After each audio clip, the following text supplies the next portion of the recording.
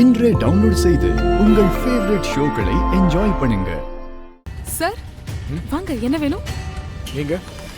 நான் தான் இந்த கடையோட முதலாளி விஜய். இந்த கடை சேல்ஸ்க்கு வந்திருக்குன்னு சொன்னாங்க. ஆமா சார். ஓ, நீங்க தான் அந்த புரோக்கர் சொன்ன வில்லங்க பார்ட்டியா? சார் பாருங்க, நல்லா பாருங்க, பெரிய கடை. பார்த்த உடனே உங்களுக்கு பிடிச்சிரும். சார் பயங்கரமா சேல்ஸ் போற கடை சார் இது. அப்படியா? உள்ள போய் பாருங்க. ஆளு ஒரு மாதிரி டெரிஃபிக்கா இருக்காரு. கண்டிப்பா கடையை வாங்கிடுவாரு. மாறா, உன் கடையோட கதை முடிஞ்சதுதான்.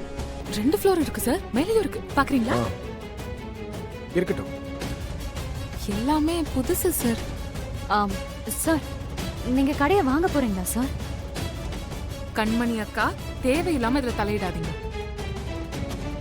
ஆமாமா, என்னன்னு சொல்லு. சார், இந்த கடையில நிறைய வில்லங்கம் இருக்கு. கோர்ட்ல கேஸ் நடந்துட்டு இருக்கு. இத நீங்க வாங்கினா உங்களுக்கு தான் பிரச்சனை. அவ சொல்றதெல்லாம் நம்பி ஏமாந்துறாதீங்க சார்.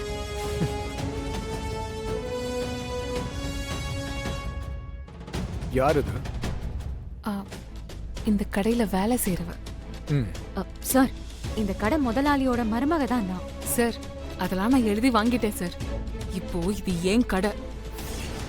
எல்லாரையும் வெளியே அனுப்பினதுக்கு அப்புறம் மிச்சமா இருக்கா இவ. சார், நான் திரும்பவும் சொல்றேன், இது வில்லங்க சொத்து. இத வாங்கிடாதீங்க சார். இங்க பாருமா, வில்லங்க சொத்து தான் எங்களுக்கு வேணும்.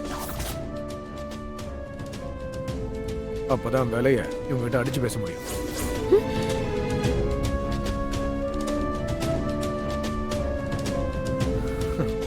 நான் கண்டிப்பா விட மாட்டேன்டி, பாரு.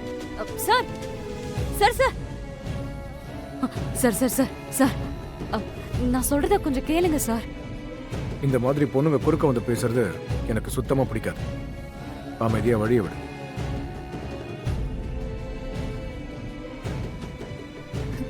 ஐயோ கண்மணிக்கா, வில்லங்க சொத்துன்னு தெரிஞ்சுதான் அவரு வாங்க வந்திருக்காரு.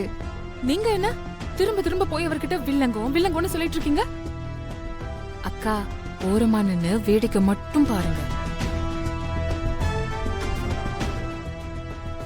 எங்க வரேன் சார். கடை எனக்கு பிடிச்சிருக்கு. நாங்க பார்க்காத வில்லங்கெல்லாம் எதுவும் கிடையாது. சரிங்களா? நான் அண்ணன் கிட்ட பேசிட்டு ஒரு நல்ல முடிவா சொல்றேன். சரியா சார்? ஆனா கொஞ்சம் இன்னைக்கு ஈவினிங்குள்ள சொல்லிருங்க சார்.